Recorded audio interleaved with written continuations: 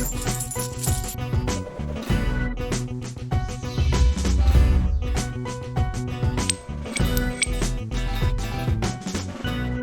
BRRRR method: buy, rehab, rent, refinance, repeat. Now you guys have probably heard about this concept before, and rightfully so, because it's actually one of my favorite property investing strategies to use.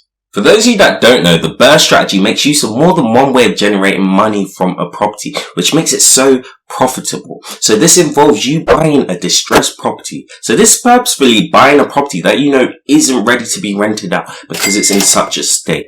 So obviously you drop your 25% deposit, with the mortgage provider paying for the remaining 75% of the property, and you then get your property. So what you do from then on is you spend X amounts rehabilitating the property, or some people like to call refurbishing the property, so that then you've added value to that property now.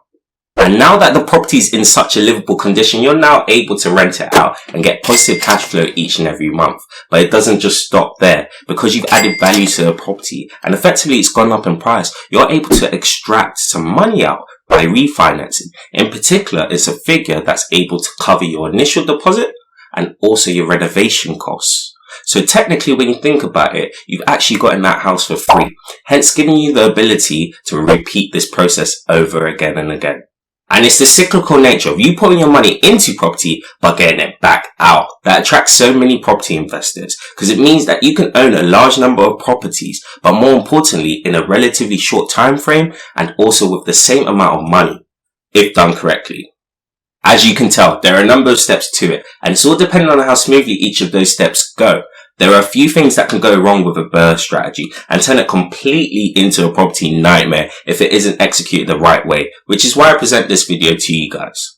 But before I talk about any of the potential pitfalls that I can see going wrong with this BRRRR strategy, I need you guys to do something for me, and that's smash the like button on this video, share it too, and subscribe with the notification bell on as well. But back into the potential pitfalls of this buy, rehab, rent, refinance, repeat property strategy. You see, I feel that majority of these mistakes, guys, that I'm about to mention in this video can all be avoided with this one thing, and it's preparation. I can't stress enough how important it is to be prepared, because there's actually a little formula that can help you determine whether the BRRRR strategy is good for a property or not.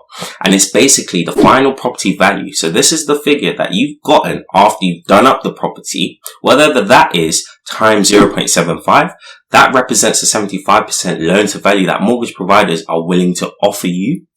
That figure has to be greater than your initial deposit cost, your renovation cost, any other initial costs associated with setting up the rental property, and just any other costs associated with the property in general.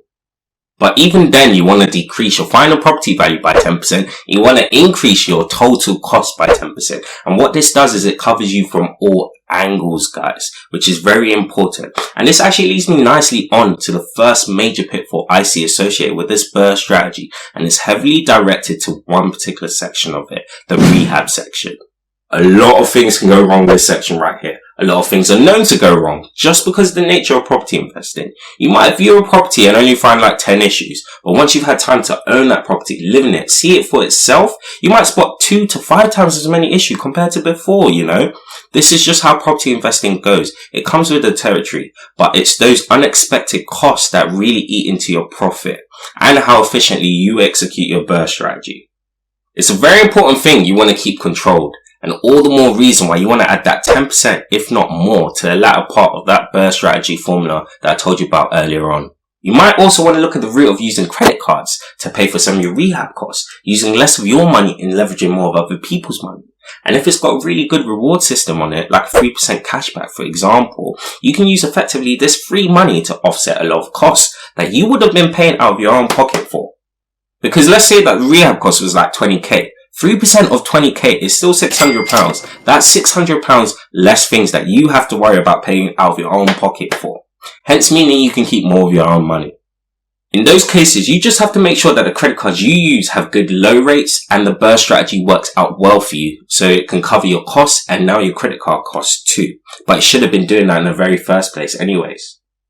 The other part of this that potentially hinder how well you execute the BRRRR strategy is the refinancing and renting part. Because let's be real here, guys. Most people like to get excited and overestimate how much they're going to get back from refinance, also how much they're going to get from their rent. When really all of that is irrelevant. It doesn't matter. What you should be more concerned with is how much you're going to realistically obtain.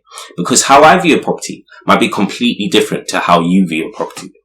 And you need to take this into consideration, because when it comes to that appraiser to view that property and give you that refinance value, or when it comes to those tenants that are now coming to that property after it's done up, you want to make sure that you're as close to what you actually get as possible. Hence meaning you can keep more of your own money. This is why you want to decrease that final property value by 10% in that BRRRR strategy formula, because it means that you're better prepared for a worst case scenario, meaning that you're less likely to be left out of pocket. It also makes sense to do it with the rent that you expect. Maybe you've called up all the letting agents and they told you that you're going to get on average X amount. Well, decrease that X amount by 10% so that you're better prepared for the unexpected if it comes to it. My third and final thing for you guys to consider is your credit rating.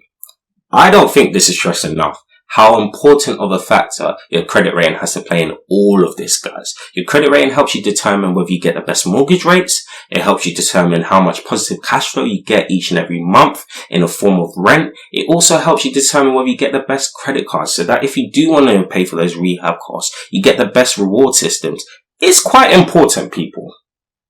And the problem with the BRRRR strategy is that there's such an emphasis to acquire more properties at such an alarmingly short time frame, which can really damage your credit rating. This is just something that you should be mindful of, because yes, as you acquire more properties, your credit rating will become more resilient. It will bounce back quicker to the good figures. But this comes after having history of having good credit rating, which takes time to build. So it's something that you need to really think about.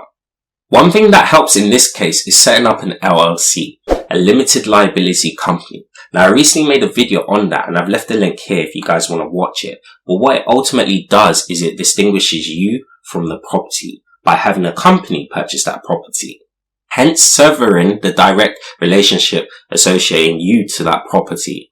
And that also relates to your credit rating as well, guys. Now, don't get it twisted. When you're first starting out and you have an LLC, because your company's just started, you don't have a proven track record, of having good credit in that company. They're going to probably look more at your personal credit rating in those cases. But as you build up your company and start to show more and more history of having good credit, they'll use more of the company's credit rather than your own. So hence severing that direct relationship to your personal credit rating. I would also suggest speaking to a credit advisor as well, because they'll probably be able to help you with your credit rating bouncing back quicker. But that's all I've got to say, people. I find that it all bottles down to how prepared you were before you decided to do that buy, rehab, rent, refinance, repeat property strategy. But let me know what you guys think. Is there anything else that I'm missing? Tell me all about it down in the comment box below. And whilst you're there, make sure to like this video, share it too, and subscribe with the notification bell on as well. It's your favourite YouTuber, DS Learning Finance, sharing my thoughts and my experiences with you guys every Sunday at 3 PM. Have a great day, people. Bye. Whoa.